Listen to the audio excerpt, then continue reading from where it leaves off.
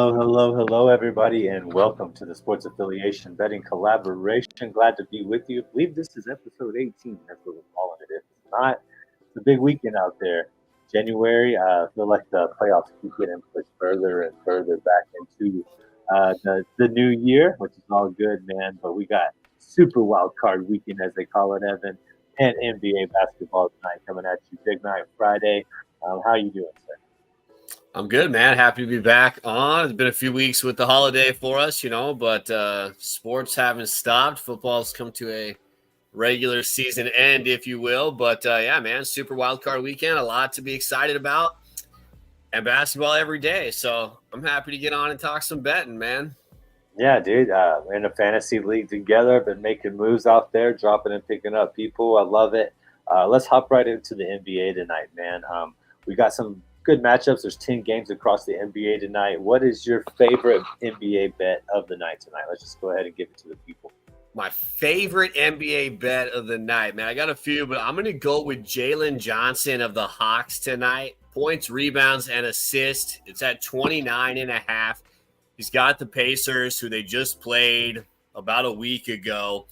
He's hit this number pretty easily in 5 of 6 games. The game he didn't hit it was against these same Pacers. They got blown out. He only played 29 minutes. He's playing closer to about 37, 38 right now. And he still had 23 in that game. He got off to a very slow start, found his way to 23, never really got back in the game in the fourth quarter as they lost by, I think, 40 or something to Indiana. But this game's at home. There's no Halliburton. Indiana gives up the most points to power forwards. They're a top 7 or 8 matchup for rebounds as well. This guy's had rebounds of 12, 11, 16. He's just all over the place, and he's a freak of an athlete on that team. The matchup is there. Like I said, I think if he got those minutes at 36, 37, 38, he would have hit no problem. So back home tonight, 5 out of 6, great matchup. Give me Jalen Johnson over 29.5 points, rebounds, and assists. All right, I love it. Going with the old school PRA there. 3 ways to get there. Just needs a good performance. Yeah, the Pacers not looking so great. Bruce Brown's kind of an interesting prospect. It seems like he's going to be asked to shoulder a little bit more on that. But yeah, these are the 2 worst defenses in the league going against each other, points wise, that is. So are usually the 2 best offenses. That's what I meant to say. They score more points than any other 2 teams. So that should be fun, man. Bruce Brown, I will say Bruce Brown, Aaron Naismith. I like both those guys as small forwards against Atlanta too. Naismith is questionable. Brown's line is at 13.5. If Naismith is ruled out, go check the books. Try to get Brown before that line moves up because he will get a lot of volume tonight. He already will probably. I think 13.5 is nice. But with him and Naismith and Mathurin, it's hard to really know who's going to do what. Naismith ruled out. Go look at Bruce Brown's line as quick as possible. Yeah, man. It's and maybe his PR. He's been doing a lot more rebounding. He's been asked to kind of go in there and get after some loose balls and so forth and prevent as many offensive rebounds as they've been allowing. So he's be the guy to do that. Speaking of rebounds, my bet of the night, I've been just hammering this bet. Let me pull up the statistics, dude. Been double unit it. The last 3 games, it's been successful. And Scotty Barnes under 7.5 rebounds.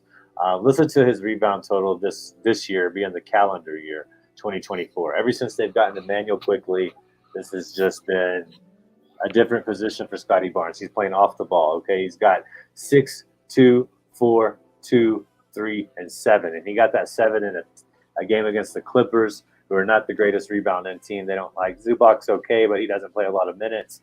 And this has been with Jakob Poeltl out as well for the Toronto Raptors, who Scotty Barnes plays for. Pascal Siakam is listed as questionable. I don't care if he does or doesn't play. Scotty Barnes' new position off the ball has made him more of an assist guy and generally more of a point guy. He only had 12 points against the Clippers, but 6 assists, 6 assists, 3 assists, 6 assists, 8 assists, 5 assists. Somehow him moving to like shooting guard or small forward has allowed him to go up in assists and down in rebounds. And I guess it's just because of knowing where the ball's going to go, and he's probably being asked to keep spreading the floor, keep it spread out for Quickly and Siakam as well. But he is shooting from out there. I mean, his attempts have gone up, 10, 20, 11, 15, 14, 17. So he's shooting the ball, and maybe that's what's let it decline. But whatever it is, I'm not questioning it. It's at plus 110. They keep giving it to us at plus odds. I'm going to keep taking it. He's going to have to prove to me that he can get back up there and get those double doubles that he was getting so much before Emmanuel quickly was here. I like that. Yeah, I mean, Scotty Barnes, man, everybody, bettors were on his rebounds and assists, up until about, a couple weeks ago. I mean, that was a jackpot for a lot of people. Now, like I said, that rebound number is going down.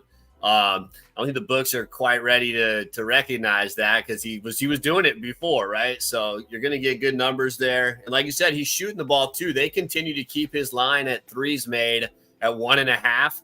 I feel like that's going to go up to 2.5 soon if he keeps making, 2+ a game. So just something to look at for Barnes too. I don't know if it's at 1.5 tonight, but he's been knocking down 2 consistently a night, it seems like. Yeah, dude. He's that point line could be there. They're on a massive road trip. I think this is the last leg. Utah, you just seen what they did to Denver. I wrote about it in my article in Little Nuggets over on the Sports Affiliation. Utah's quietly the hottest team in the NBA right now. They just beat Denver. Boston just got embarrassed. So that means the most wins out of the last 10 games is the Utah Jazz, and that should be telling to a team. It's kind of a statistic I look at for fantasy. Who's been good lately, and it's the Utah Jazz. And they got Kelly back, or Kelly Olynyk. They got Lauri Markkanen. They got Collins is a decent rebounder for a guard, but then you get Clarkson in there. I think it's going to be too overwhelming again for Scotty Barnes to get in there and try to get those rebounds with those excellent forwards, kind of competing all the time for those boards. But yeah, what else you got for us in the NBA, man? Utah 12-4 in the last 16. Also beat the Bucks. I know the Sixers had no Embiid, but man, they are just and they are doing it in a dominant fashion too, man. At home, yeah. Toronto, I think they want to get back home, man. They've been on the road quite a while. So, yeah, man, I did want to mention in the Western Conference, I don't know if you saw, from 1 to 11, I think Utah's 11th right now. Minnesota's the 1 seed. They have 10 losses. All the way down, it goes in order. The 2 seed has 11 losses. The 3 seed has 12, all the way to like 20. Like they're separated, like 1 loss. I don't know if I've ever seen that before. Cool. It looks funny in the standings. But, 12-4, man. I mean, Utah – which is crazy, but Markkanen, Collins, Clarkson, Kessler's a baller on the boards. Like they're just a scrappy young bunch, man. That's with a little veteran leadership, and they're playing well right now. So, outside of that, though, I'm going to go to those Nuggets that you just mentioned, who Utah just dismantled the other night. Never got close. The ball just kept going Utah's way. But Nuggets are back home tonight. They're at Ball Arena. They get the Pelicans. Pelicans are giving up the most 3-point attempts in the NBA, 39 attempts per game. Michael Porter Jr., they give up the 3rd most threes to small forwards. I think this is a game for Michael Porter Jr. to get some volume from the outside.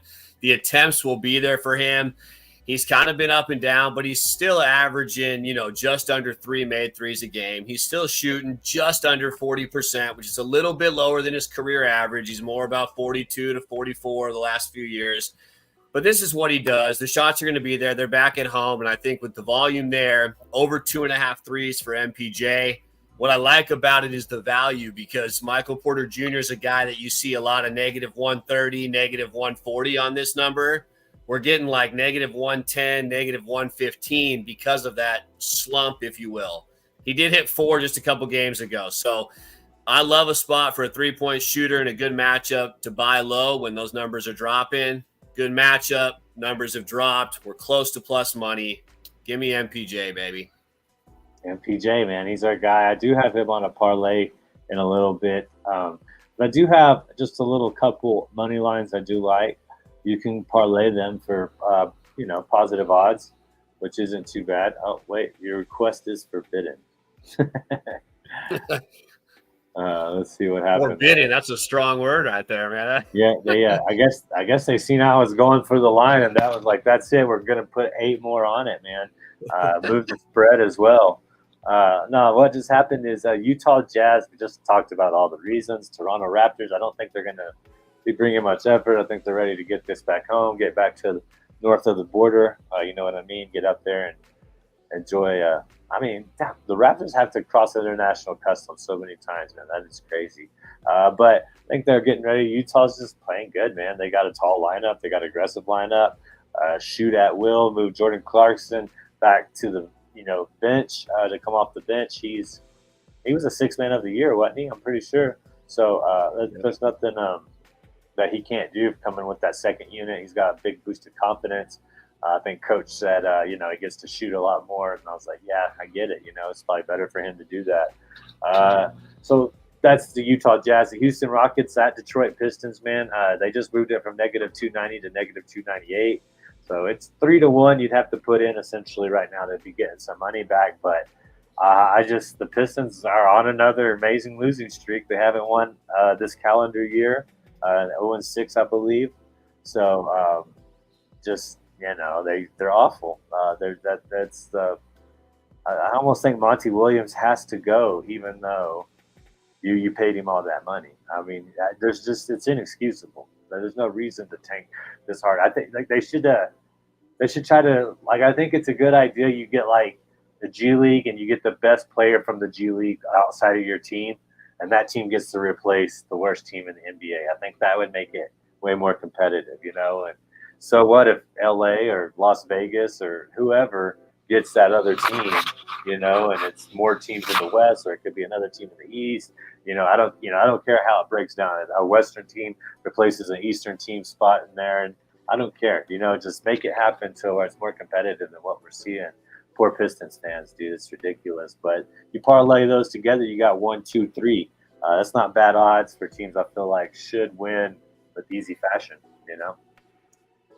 I like it, man. No Cade Cunningham, I believe, still, right? He's out, so that doesn't help.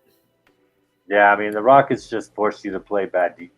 They give up the second fewest assists in the league. The Rockets do, So what they do is they say you're not going to get these cut throw passes. You're not going to get these easy to the hoop passes. We're going to force you into some bad percentage shots, and that's why they only give up 110 points a game, which is crazy to think that's the second lowest in the NBA. Wow, that's crazy. I will say shout out Jalen Duren though, because he is a baller in Detroit. That guy is a double machine. I do like that kid, and I like Cade Cunningham too. I mean, it's crazy because they've got some young pieces, and like I said, Casey obviously wasn't the problem. Monty's supposed to be this, let's get rid of Dwayne Casey and bring in Monty Williams, and clearly coaching wasn't the issue because Monty's had some success. So I don't know what's going on there, but it is awful. So. I think that might have been a little bit more of the Jimmys and Joes instead of the X's and O's. Yeah, I would probably say so, man. I think, again, the grass isn't always greener on the other side. So I'm gonna get that bet in, but yeah, man, I got a parlay. If you want me to go over, I just had to pull up my phone because I didn't have it in my computer. Yeah, go for it. You pull up whatever you got there, and then I'll drop. I got one other. I got a couple here. I'll drop one other rebound bet I got tonight. Yeah, we're rebound guys, man. I told you, man, that double rebounds in.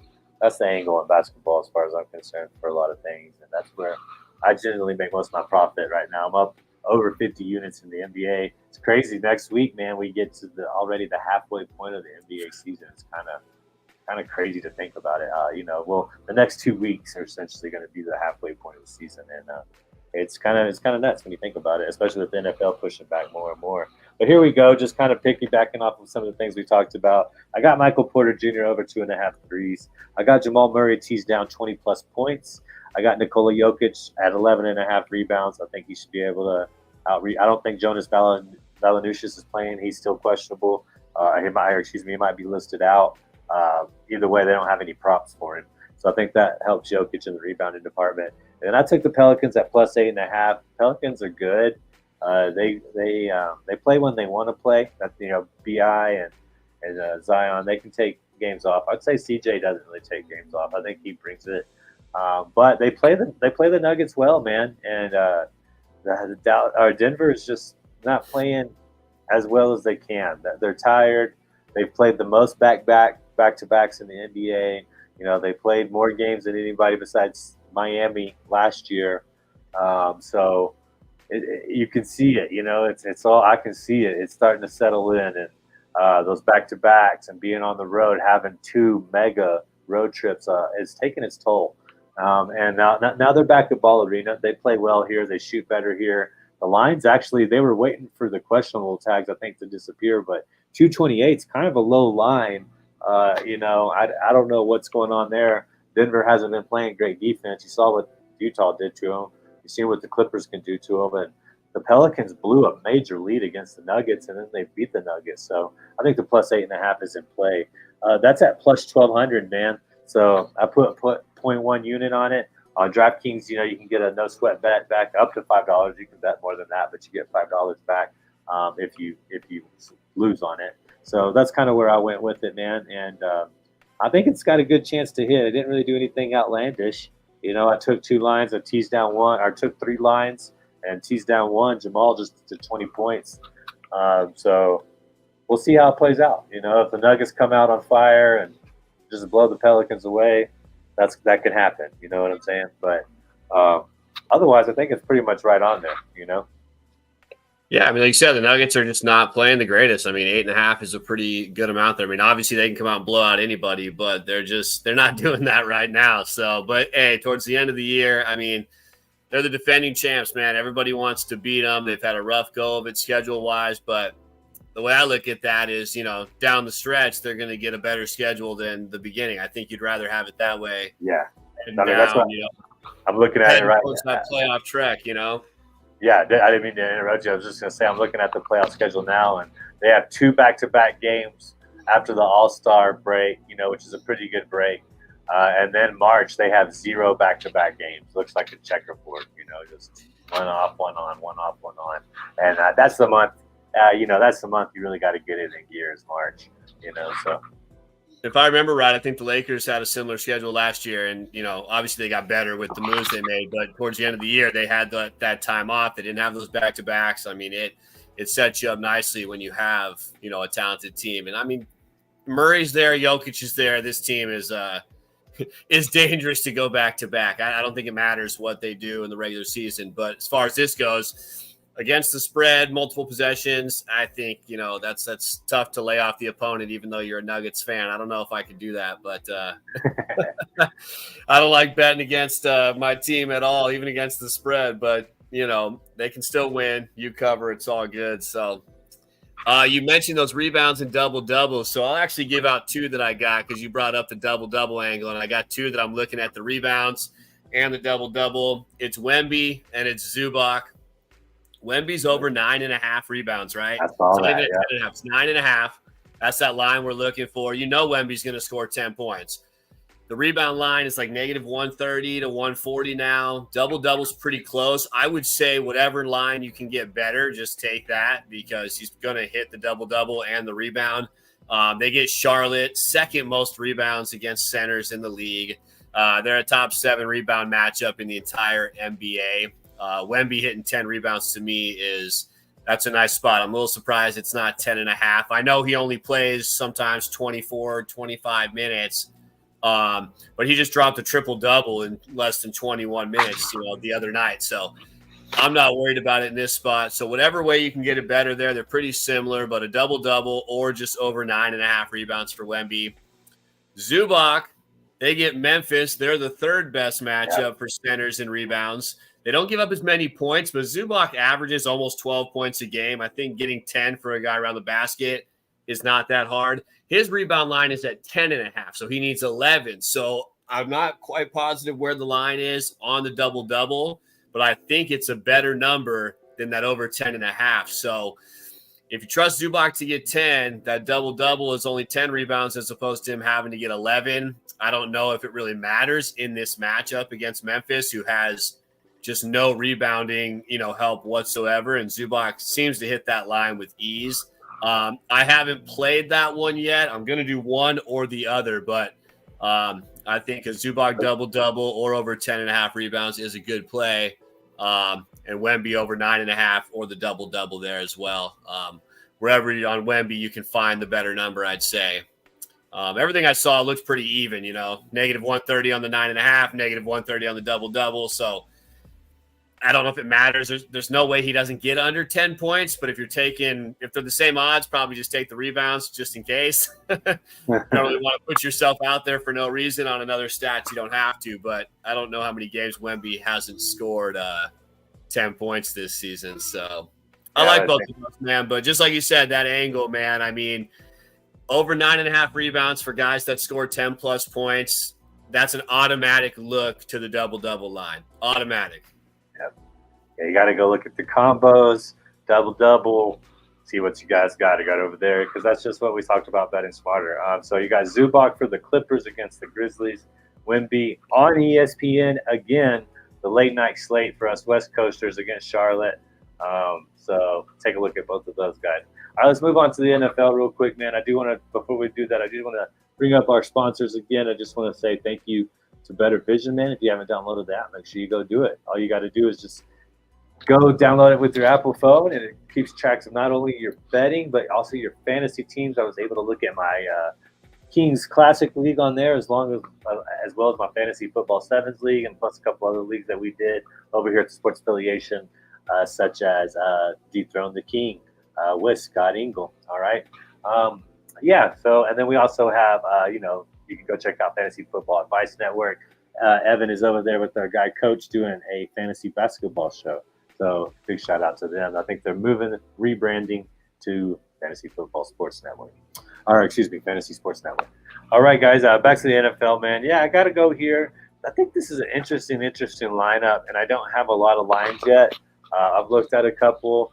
I'll just start with one I really like, Lavonte David, over 8.5 tackles. He's gone over that 2 of his last 4 games.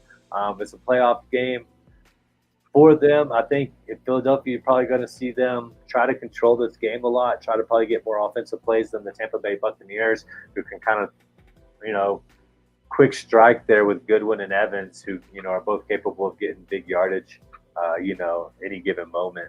So I think the Eagles will control this game, which will help Lavonte David. It's at negative 130 on DraftKings. You might be able to find it a little better line. He's just been so sound for me over the years, too. He's Devin White. What's going on over there? Is he committed? What's going on? Is he going to be covering Dallas Goedert in coverage? I think that's probably going to be Lavonte David catching Gainwell, and also DeAndre Swift coming out of the backfield. So I just think it's a good bet. I've already placed it. They might move the line as we get closer to the game time, but that's one of my favorite NFL bets. What you got, man? Nice, man. I don't know what to do with that Eagles-Bucks game, so I think taking the tackle prop there is the way to go because, somebody's doing something offensively. Devontae Smith's banged up. A.J. Brown's banged up. Can either team run the ball? Is the Eagles going to show up to the Eagles that we saw before these last 6 weeks? That's an interesting game, man. So I don't have anything on that game yet. I am looking at Devontae Smith maybe once that line comes out, that Tampa Bay secondary. Very exposable, and I like Devontae Smith. So I'm going to look at that. I got a couple bets that are out there on my timeline. You guys can go check those out, man. I'll leave those alone. They're on my feed at SoCal Ball Nerd. I got little Njoku out there, a little Jalen Warren action, but go check those out. I'll drop something new on here. What's going on, Mel? Happy to see you. I'm going to go with some oldies but goodies here. Let's start with Cooper Kupp, man. Over 69.5 reception yards. He gets the Lions, who have just been torched by every good receiver. Any elite receiver has just torched this team time in and time out. You've seen it. Cooper Kupp is that guy. I know they have Nakua. Looking at Stafford's line, it's about 276. He could easily hit that. He's hitting 250, no problem. That ball's going somewhere. We saw Cooper Kupp did on their last playoff run. He's a target machine. His playoff numbers are just unreal. Stafford's going to look to him. He's going to feed him all day long, and there's going to be spots in that Lions secondary. You saw it last week against Minnesota. They just ran by him. They didn't do anything fancy, nothing creative. Guys are just blowing by this team. Metcalf did it. It doesn't matter who it is. So Cooper Kupp, to me, is going to show up in a big game on the road. Stafford's going to throw the ball a lot. This is going to be a high-scoring affair. I don't think you can go wrong with Stafford, Nakua, Kupp, Amon-Ra, however you want to slice it. We're looking at a 34-31 type game probably. But I'm going to just go with Mr. Reliable, man. Stafford's guy, Cooper Kupp, over 69.5 reception yards. I believe it's at negative 120 right now. So not a bad spot. And I'm just going to trust him, man.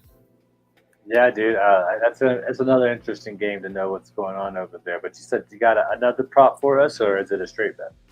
Well, I'll stay with that game. I mean, I jumped on the Rams right when that came out. I took the plus 3.5.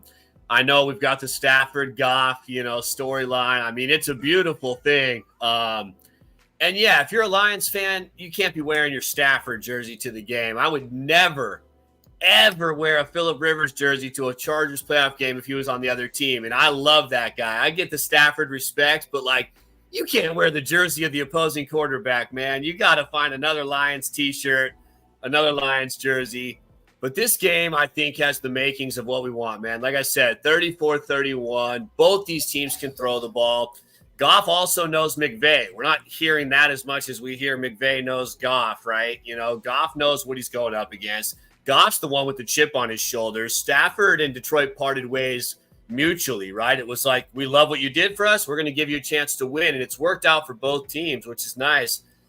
I think it's going to go back and forth. It's a 3-point game either way, but the Lions are at home. I'm not going to just jump ship on that. So give me the Rams plus 3.5. Field goal either way, chance to win it outright. I just think the value is on that side of it, although I do think the Rams can win. I love plus money, but I'm going to take the value play and go Rams plus 3.5. All right. I do like it. NFC battle. Such a storyline, man. There's so many storylines. Mike McCarthy against his old team, Jared Goff and Matthew Stafford against their old teams. Detroit getting their first playoff home game since 3 decades ago. It happens to be against their all-time franchise quarterback. I just kind of think those are all very interesting.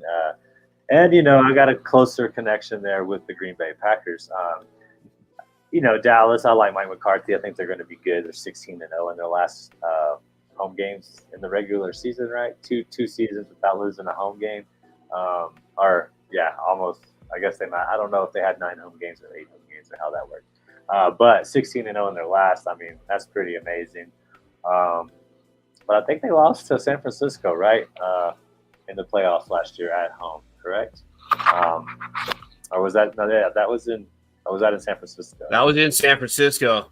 Okay. They should have won that game. They should have won that game, but I'll just leave that at that. Okay. Yeah, man. But when I get back to it, what I feel about this game, I think it's a 7-point spread. I think the under's in play. 50-something points in the playoffs is a lot, even for Mike McCarthy, who likes to air it out. I know Mel, she's over here too. She's a Green Bay owner like myself. You can see it right up there. There it is. But Aaron Jones, his rushing yards are 73.5 against this Cowboys defense. I think that's in play at negative 115, but I've always kind of been an R&R guy, and what I mean by that is rushing plus receiving, and I think that's at 92. This one's at on DraftKings. It's at 98.5. On FanDuel, I saw it at actually at 92.5. So that's a pretty significant difference. I'm 98.5. I think he's good for it either way, but try to find that lower line. If you can get 92.5, 95.5, 93.5, I like that a little better because it's probably still going to be a negative 115. He's gone over that in his past 3 games. They rely so much on him. They run the ball so much with him. At some point, he usually breaks out, a 12, 13-yard run, gets another 8, 7, then busts out another 13. But I think A.J. Dillon is not going to play this game. So that's going to put even more of a load on Aaron Jones, which is what I think he wants, man.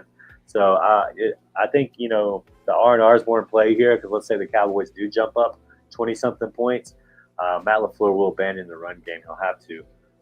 So if it's close, he's going to keep running the ball, though, because that's what he likes to do. So that's my Packer prop of that game. Probably get some more coming out, probably just on our Twitter or some jailhouse bets or on our Spotify even. Evan's a little more active on there than I am, but sometimes he'll try to get it out there. So be aware of that, man. You got any other NFL bets you'd like to discuss? Yeah, man, that game, the Cowboys, I feel like they could just come out and just torch Green Bay, but then they're the Cowboys in the playoffs. I get that narrative, and I don't like that. I mentioned before the show talking to you, the Lions thing. This isn't the 1990s Lions. It's just It's 2023, like 2024, right? Like, Yeah. but I get it. It does play a role, obviously, So I don't know what to think, but Jair Alexander, I think if he plays, I'm definitely looking more at Jake Ferguson in that game. I think when Jair's out there, the Packers are much more susceptible to tight ends as opposed to when he's not. He just does a great job. They do a better job collectively on receivers. I think CD's going to eat, right? I mean, these guys are going to do their thing. It's just what Cowboy defense shows up. But I am looking towards him. I don't know what the news is on Jair. I know he was back, but then tweaked his ankle in practice or whatever happened there. It's been a little drama with that guy, but they need him out there. I do know that. CD's going to eat that, zone coverage up. I think Jair just brings a different element. So outside of that, though, man, I haven't really touched much on that game officially yet. 'Cause I'm just not quite sure, of what's going to happen there. But I will go to another Mr. Reliable, and I'm going to go to Kansas City, man. I'm going to go to Travis Kelce. Listen, man, it's Mahomes, it's Kelce, it's Kansas City. Everybody knows I'm a Charger fan. I don't like the Chiefs. I don't like those guys one bit with any ounce inside of me. But they're at home in the playoffs. We saw what Kincaid did last week.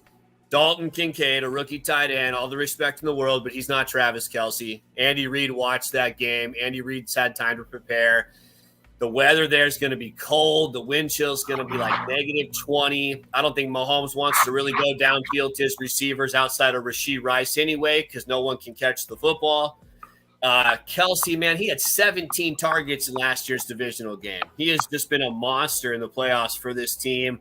Why would he not be here? Miami's got nothing but backup linebackers in this matchup. Kelce should see a dozen targets. His line is at 56.5 yards. The disrespect, my man. I'm just on that alone. Give me Travis Kelce over 56.5, regardless of how this game goes. A dozen targets. I just don't see how he doesn't hit this line. I haven't looked at the ladder, but man, I might look at a ladder going up towards 100 yards for Kelce because it's just who he is, man. And like I said, it's a backup linebackers core. It's cold. It's going to be the short throws. 17 targets last year in that divisional game, so wouldn't mind seeing that again. And in that same game, I will take an under 2. Give me Tua under 234.5 passing yards. I just mentioned the wind chill. Kansas City's got a good defense. I don't think this is going to be a game where Tua's got the time to throw that long ball to Tyreek down the field. It's what he likes to do. He only had 174 in the first game against the Chiefs in ideal conditions. Now he's going to be out there in freezing cold weather, wrapped up in those wetsuits, right? The mobility, it's going to be hard, man. I have the Dolphins, under 20, under 21 points in that game. I don't think they score more than 20, and I don't think Tua's going to be able to air the ball out. They're going to have to try to dominate the time of possession on the ground. With Mostert, with A-Chain, that's going to be their key to staying in that game and seeing if they can pull out a close one at the end, right? I think Tua is under 234.5 in that game. Got to give an under out, so let's go with Tua. All right, I love your game script, man. Seems like there's a lot of rhetoric out there that the Dolphins can come in and pound this ball with A-Chain and Mostert and dominate this game. We'll just have to see what takes place. But it kind of leads me to how I want to close out the show tonight, if you're ready for that, and it is to build a anytime touchdown parlay. Thank you, Mel. We really appreciate you being here. Go, Pack, go. Don't work too hard. Out. Have a good day. Hey, before you get into that real quick, I do want to mention, because we don't have to put this in our parlay because it's probably a little sneakier. We can. But the Detroit Lions, all right, last year, 12 touchdowns to tight ends. Only 3 of them were to TJ Hawkinson, so don't get it twisted. He only had 3. They had 9 to Dilkstra, whatever, Wright, and somebody else that was there. They've got 11 more this year. Laporta's out. This team loves their tight ends, and the Rams are susceptible to yards and touchdowns to tight ends. Brock Wright and James Mitchell do a little sprinkle. I would say just Wright, but he's been a little banged up. He's like plus 285. I think Mitchell's like plus 415. I'm sprinkling on both those guys to find the end zone. I mean, 23 touchdowns in the last 2 years to the tight ends. No Laporta. a top tight end matchup in the red zone, a game with 60 possible points. Give me those two guys to find the end zone, man. I just want to throw that in there. Yeah, man, we got that. We got the anytime touchdown build that we're going to build right now. There is a boost on DraftKings, up to I think it's 25% boost on a parlay for the weekend. So, is there anybody that or is there two people that you feel really, really good about scoring a touchdown this weekend? I mean, obviously, you just heard my rant about Travis Kelce. Got him. He's at plus 105 to score a touchdown, actually. I mean, you're giving me plus money for Travis Kelce to score a touchdown in the playoffs. I agree. I do like Kelce. Obviously, in that Lions game, I mean, I think you could go you could go Cup, you could go Amon-Ra. Montgomery's a touchdown machine. Gibbs, I'm trying to think who I like the most. I mean, Kyron Williams. I mean, Amon-Ra St. Brown's plus 105. Let's see. We got. Look real quick. I moved it out. I gotta find it again. Is that a Sunday game? It is, huh? Yeah. CD Lamb's found the end zone. It seems like every week for the last 2.5 months.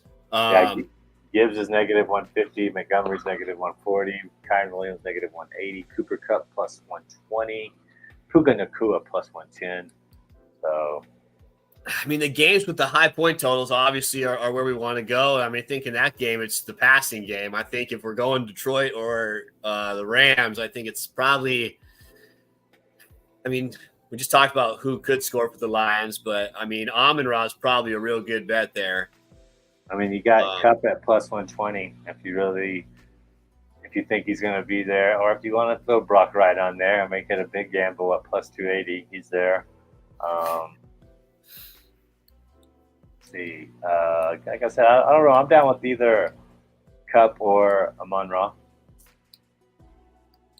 Which one do you like better? Yeah, let's go with. Man, that's tough.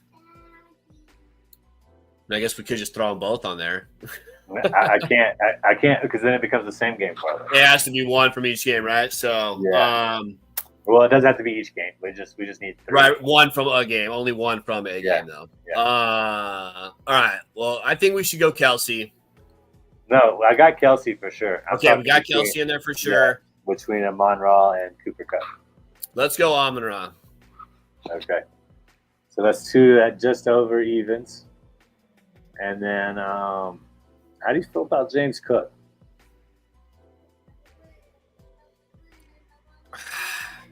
I like James Cook. I mean, Josh Allen, man. I mean, he's going to run the ball. And that game weather there is tough right? too. He gets it in the red zone. I mean, what do you have? 17 carries last week against Miami. Let's just stay away from that game. I think you said enough to and it's going to be outside, super nasty game. It's at plus 140. Let's go back to a dome game. How about Cleveland, Houston? You like anybody in that game? I got a couple people I like, but I want to hear what you like from it. I mean, it's tough. They're all plus money. It's tough not to like Nico Collins, obviously, but I mean, the Browns receiving, the Browns defense is pretty dang good. I mean, I'd look to the other side of the ball.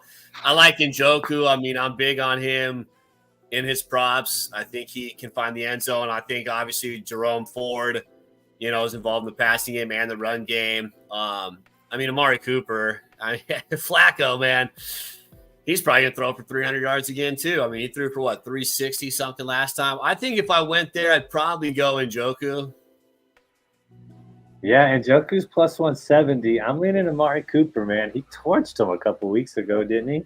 Yeah, I have no issue with going Amari Cooper, man. I mean, let's see. I had Jim Coventry's notes up, and I accidentally put him down, man. But he had this game broke down, and I don't know. It could be Jerome Ford because the Texans are not good against the run. They're going to play a zone most of the time. The Cleveland Browns play a lot of man, and I believe Denzel Ward picked up an injury this week in practice. That's a big deal. That would open it up for Nico for sure because that's who they would probably try to keep him on. But I honestly think that the Texans can win this game. I know the popular opinion is on Cleveland, but for an anytime touchdown, I honestly like Ford or Cooper the best. Ford's at plus 120. Cooper's at plus 150. Um, I mean, Cooper's been so good with Joe Flacco, man. He really has. But I like Cooper there a little bit more just because of the amount of time that Hunt's out there. Hunt's in the red zone too. I mean, they both scored a touchdown, I think, in a couple games recently together. Yeah. So, I mean, Cooper's going to be out there. And Houston is better against the run than they are against the pass. I know they weren't last week against Indianapolis at all. But they've been a top 10 run defense, and Cleveland doesn't run the ball. Right. Cleveland's offensive line doesn't run the ball as well. They like to run the ball, but they don't run the ball that well for how much they like to run it, if that makes sense. Yeah, I know what you mean. Yeah. And Indy does, and they just ran it down their throat. I think Cleveland's going to try to do that. But when they get in the red zone, man, it's like, 50-50 that Hunt might be in there. Does Hunt's experience come into play at all? Where they trust him a little more than Ford? I don't know. That might be overthinking it. But Amari's the guy, man. I mean, when he's been out there, he gets fed. I mean, and I know we didn't get to see him. It's been a couple weeks, right? He missed the Jets game where Flacco still threw for 300 yards in the first half. So it doesn't matter who they play. And he missed last week's game. But I don't think that matters for Cooper. I mean, it's like riding a bike for that guy, bro. I mean, he's insane. Cowboys should have never let go of that dude. Could you imagine Amari Cooper and CD Lamb on that offense right now? Oh, I know. That was pretty dumb of them, I think. I mean, what did they get in return? I don't know what they got. Nothing. They thought he was – I think they thought he was done, or at least in compared – not maybe overall done, but like what they were paying, for him. But, I mean, he's been money, man. He was money with Brissett last year. He was money all through this year with the up and down, and now him and Flacco. Credit Amari Cooper, man, for he was good. He made Carr's career extend a lot longer than it should have probably. It's there's a lot there, man. But okay, wrapping it up, man. This comes out to $950 plus $950 without the boost. You get the boost from DraftKings. It moves it to $12.35. Half a unit returns about 6.6 units. So nice, I like it. So we got Kelsey, Amon-Ra, and Amari Cooper. We got 3 receiving touchdowns in the playoffs, which you could say is the number one option for all 3 teams, though, right? Yeah, definitely. I would say so. I mean, Pacheco's a good running back in the red zone, but I think Kelsey is still the Mahomes' first option. It's just that linebacker core, forget it. Amon-Ra St. Brown, we've already talked about it. He could have 15 catches this game. I know his touchdown volume was low this year, but you just mentioned that tight end kind of position being good. Well, they like to move Amon-Ra all over the place, so they might get him in a matchup. And then Amari Cooper, I guess the biggest gamble according to the bookies at plus 150 against the Texans. I think the only way that doesn't happen is if they just decide we're doubling him, we're shading him. He's not getting open. Somebody else is going to beat us. Okay, and they make Njoku or Elijah Moore or Kareem Hunt or somebody else beat him in the passing game or Ford. But bets placed, we got it on there, man. It's the way to do it. It's going to be a big hit conversion, half a unit to 6.5 units or 6.6 units and some change. So gotta love that, dude. Gotta love that. It's just where it's at, man. Anything you want to say before we get out of here? Nah, man. I know we got a lot of we gave out a pretty good amount of NBA for tonight and a good amount for the weekend. So sure we'll have some more coming out throughout the weekend, whether it's Jailhouse Bets or something on the Spotify. So just keep an eye on both the timelines, keep an eye on the Sports Affiliation, Spotify, everything else. We'll have some more weekend content for you. And let's take some of these tickets tonight, man, cash them, and ride into the weekend on a good wave. Yeah, bro, absolutely. Try to get in there. As always, thank you for joining us. Your time's special. We had quite a few people in and out. Thank you, Mel. Thank you, Hoove, up there in Wisconsin, for hopping in for a second. Appreciate it. As always, if you want to hop on the show or put on your bets, please put them in the comments. We can now see Twitter comments. We can see YouTube comments. We can see all those comments now. So just put it on there. We'll get it out here for you. I'm trying to be interactive. I'm going to go check out the Sports Affiliation. Got little nuggets coming out later today. We got Coach's DFS picks, his injury report. You can go check that out over there. JR, also with the Sports Affiliation tag on his post, he does the Pick'ems, confidence picks. Go check those out. All right, thank you guys for joining. As always, we like to say, bet smart, be lucky, and remember to keep doing those things, and the units will keep at it, my friends. I'll see you later.